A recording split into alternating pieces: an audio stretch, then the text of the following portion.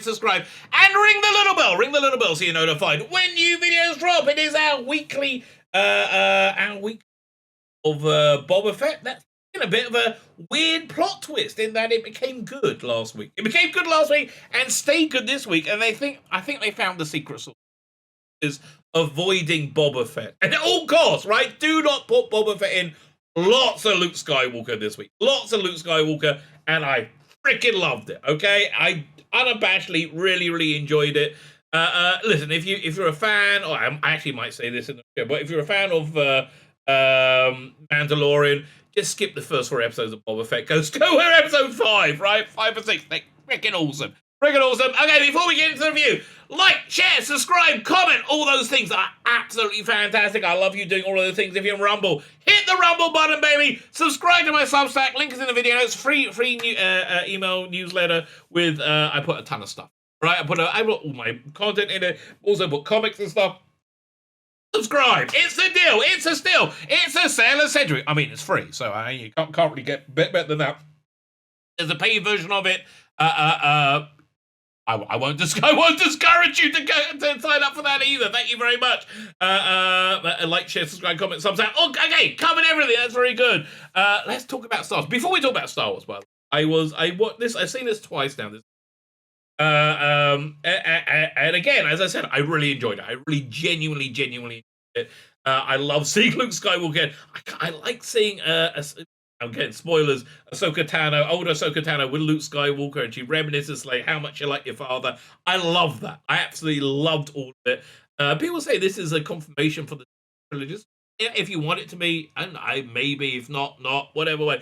But the technology to bring Luke Skywalker to life, which I found seamless, made me think, what would you do with Star Wars, right? This is a bit of a side before we get in the view. What would you do? Let's say you were given Star Wars, right? Star Wars is in a bit of a rough state. Sequels, it's beat up, it's blooded. It's not where it was anymore, right? It doesn't have that sheen, that incredible sheen. So, Mandalorian's been good. This episode's been good. So here's what I would do, which is never gonna happen, right? But I would make one awesome movie. I would forget the sequel. I'll keep the Mando stuff. I like the Mando verse. It's fine, right? But forget the sequels. I will do one epic movie. Epic, huge movie. Like a David Lee movie, like Lawrence Arabia. I will call it The Death and Life of Luke. Right? And it would have Mark Hamill, Mark Hamill is now on his deathbed, recounting his life to Padawan or something. Who knows? But that way you can see all the famous Star Wars that we've seen from a different angle. I know that would be great, right? And you can see through his life and see what his life was, right? The shape of it. And it will be epic. And just one movie, just one epic movie, right? And I would love it to be optimistic. Luke Skywalker is such an optimistic character. I talk about that in the room. Such an incredibly optimistic character. How I love it is at the end, you think he's in a small, intimate, setting as he's dying. Much like Yoda, right? And you got the Luke sitting there, and he goes, at least I'm happy to see there's another Jedi.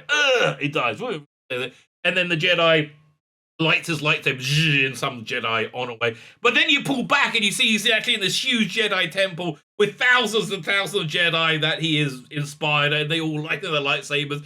Huge, like that great music playing. I would love that. I would love that. It's never going to happen. Never ever going to happen. So be thankful for what you got, and this is something to be thankful for. Now we're going to hand over to I would say a debonair, intelligent, charming, and somewhat sexy man that's going to tell us all about the Book of Boba Fett. The Book of Boba Fett, Season 1, Episode 6. I can't remember the name of the title, but it was a good darn title. So, the idea was floated in the chat. PD Richard floated the idea that Kathleen Kennedy oversaw the first 4 episodes, and when she was at the room, they started writing good stuff. Very Star Warsy. Very Star Warsy. If you like Mandalorian, skip the first 4 episodes, go into episode 5, and this is very Star Warsy. So we open up And we're in it's got that nice Western feel, which really they're playing up on this. And it's like a dust storm in the middle of nowhere in the desert. And you pan down, and again, it's very like Sergio Leone. I like this. I like this a lot, right? And there's a drug deal going down. I like that they're using the ice cream maker shape thing. So that was an ice cream maker they saw was on a set, and they said, "What the hell is that? Like, does somebody just leave it there?" And so they wrote it into the Mandalorian as a thing that you transport valuable money in, like money in, right? So they got that, and there's a drug deal going down for Spice. But they are stopped by Timothy Oliphant. Now, he was the guy who had the Boba Fett armor. He's like a gunslinger. Very cool. He's like, listen, you guys can just head on out here. We'll consider it like, yeah, mistakes were made. It's fine. Just you can keep the money and the drugs. I'm cool. And they're like, no, we're gonna fight you. Pew, pew, pew, pew. And he takes them all out. And he's like, you want to think about it? He's like, you now because you try to kill me, you have to leave the drugs there. He's like, that's worth more than the town. And he's like, well, maybe I'll give it back then, okay? So he's like, puts it on the ground, put it on the ground there, and he drives off. And he opens up, and he gets his Spice for the first time, right? Spice, and he's like not giving it back. He kicks it over. Yes. Because he doesn't care. And we're in the Book of Boba Fett without Boba Fett. Thank God, without Boba Fett. When Boba Fett turns up, it turns to shit. Right? That's really what we found out. Book of Boba Fett is only watchable without Boba Fett.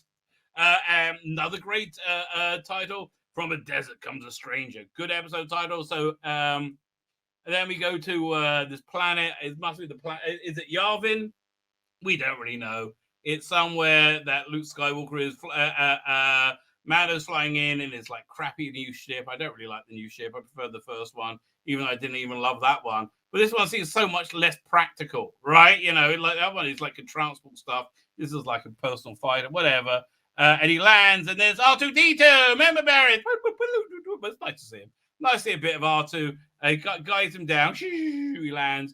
And listen, he must have had a good time. Assuming it was him, Pedro Pascal, he must have had a good time being on set with R2-D2, right? And that's basically the vibe you get. He walks with R2-D2. He follow me, and you see like these little ant droids building this building. And again, it seems like the building's in Ahch-To. I don't know if it's trying to tie in to the sequels or not. It's the new Jedi Temple. I don't know. It's a little bit juvenile, but it's fine. And it says, okay, so we just got to wait here. And then R2 just switches off, like, it's gone off, I'm gone. And it's like, what's going on? And they build him a bench to sit down on. So he says, wait here, right? Wait here. Meanwhile, special effects are going on. Awesome special effects are going on. Luke Skywalker is meditating with Baby Yoda. It seems like a bit of a boring life, but okay. They're doing the meditation, but Baby Yoda gets a bit bored. He looks around, as Luke Skywalker's meditating, and he gets he tries to concentrate, but he looks and sees a froggy, and he he sees him jumping, so he false grabs him. And Baby Yoda's still cute. We still love Baby Yoda. Brings him over there. He's gonna eat him, and Luke Skywalker said Grogu, and again, really sells it. This to me looks like Luke Skywalker. I'm sorry, I don't know how they did it. I don't care. It looks like Luke Skywalker. He's gonna eat this. He's like, no, don't do that. And he's like, ooh. He says, so look what the power of the Force can do. And he raises his hand up. And all the froggies go up, and he's like, wow, Force is awesome. I'm not sure what the lesson is, but he's like, can I just have one? Can I have one? No, apparently not. And he takes him for a walk. He does this little cute thing where he walks, where he keeps like force lifting him up, so he can see things, so he can move quicker. And it's like these are nice conversations like he's having with Grogu. And he said, "Look, would you like to remember your past? Like, yeah, I can help you unlock it. Right? Great scene, right?" So he helps unlock his past, and you see him. What's going on? And there's a the Order 666 is going on. Looks like it's in the Jedi halls, but apparently there's some insignia on the walls of some banished Jedi who probably is involved in saving Grogu. But you have these three young Padawans valiantly fighting off the Imperial. It's a great scene. It really is a great scene. One goes down. Oh! But it's awesome scene. They fight them off. Another one goes down. Another one, and there's great shot where this the lightsaber rolls out the hand. I'm loving this, right? Really, I mean, for me, I am enjoying this, even though I wasn't a huge fan of the prequels. I like the Clone Wars more than the prequels, but I do like this tying together of both the prequel and the original era. For me, in a sequel era, right? I guess that's what we always wanted, right? So he remembers it, and they say, "Hey, who's over there?" And he wakes up. He can't remember anymore. And he's like, "Hey, you're back with us," and he wakes up, and it's just this lovely shot with him and Luke learning the ways of the Force, right? So Mando is having a nap, and turns up Ahsoka Tano. It's really good, right? It's much better in this appearance than she was in the first one. And R2 wakes up and says, "Fine, I'll talk about it." Says, "We're building a Jedi Academy here." And they talk about Grace, like, "I'm here to see Grogu, or I really want to see him. It's been a long time." He's like, "Look, he's up there right now, but he's got a very strong attachment to you. We're trying to keep him focused on the Force, right? We're trying to keep him like I think you'll upset him and you'll tear him apart if you disturb him." He says, "I've got to make sure he's okay." He says he's in the safest place in the world, right? He's safe. Are you here for you, or are you here for him?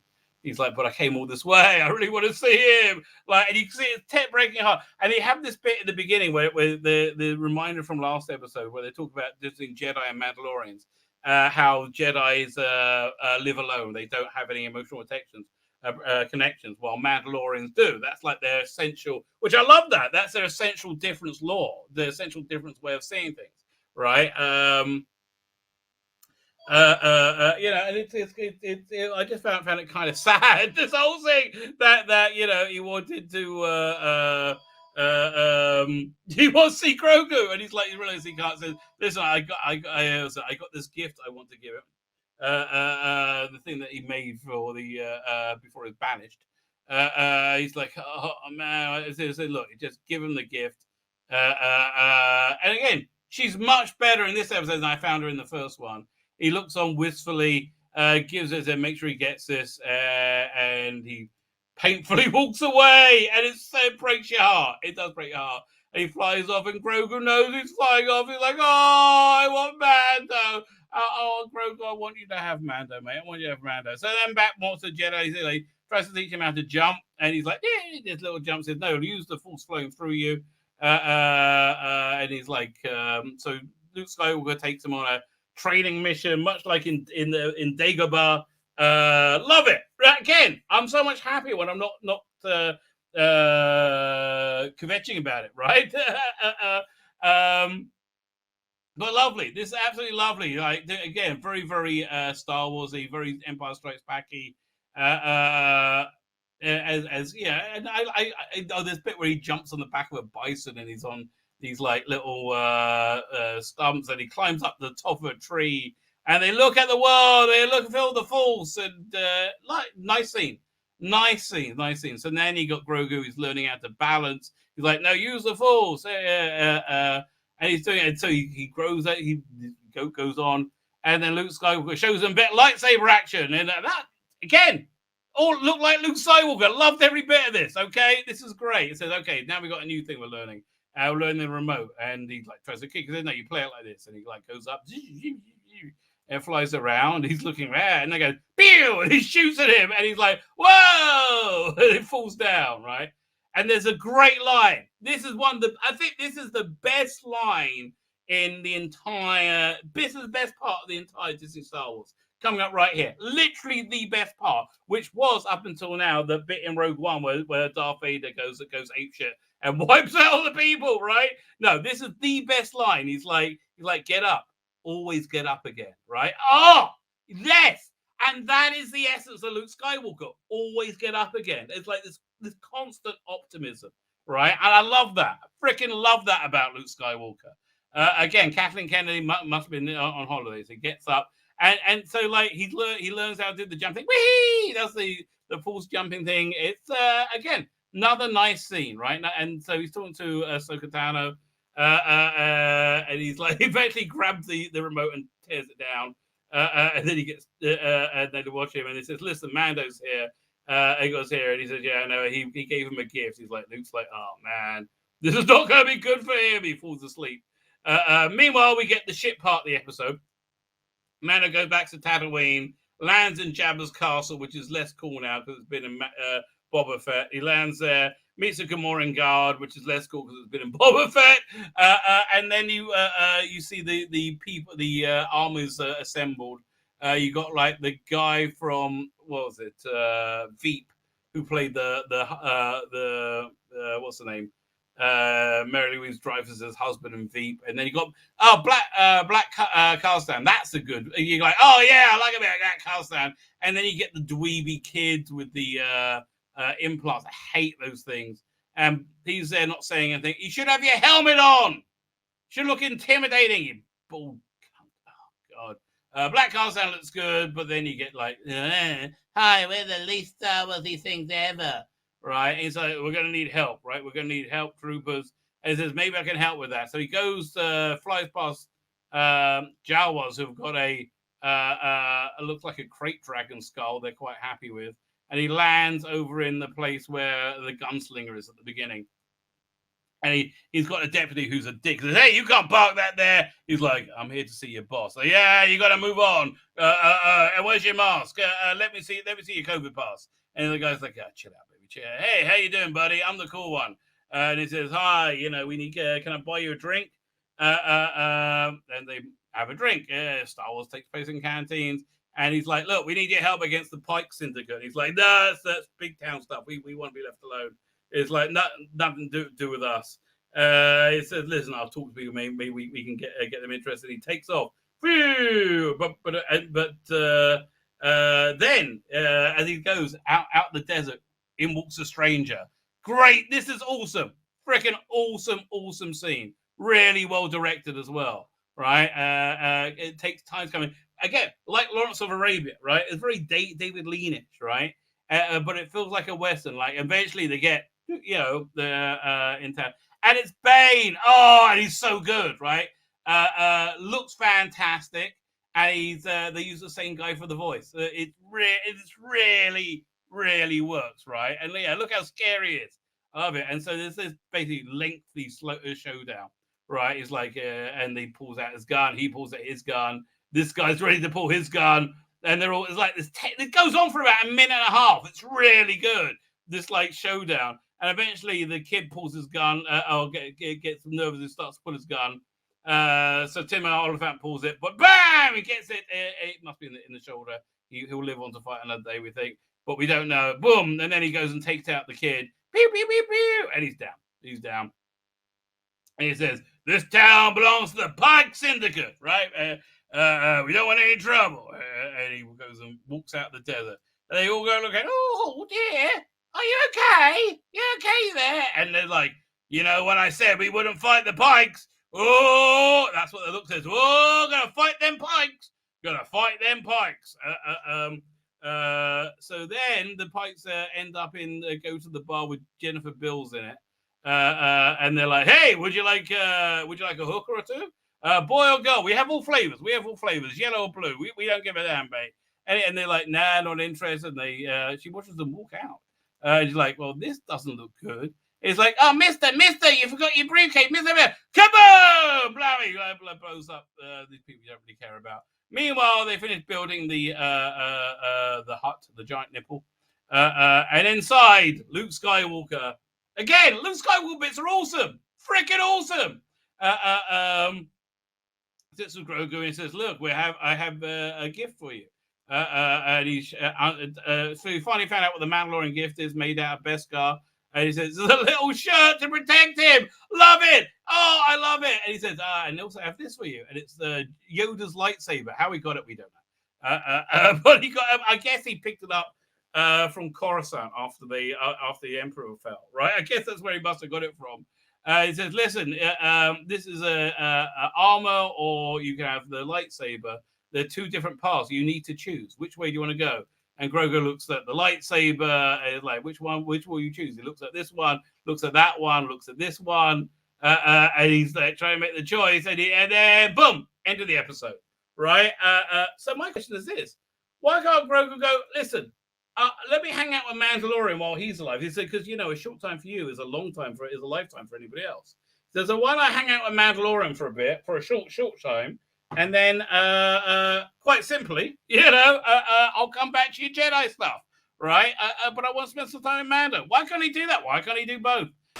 My name is Tzvi Lebetkin, the Rabbi from another planet. Please like, share, and subscribe, and ring that little bell. Ring the little bell so you're notified when new videos drop.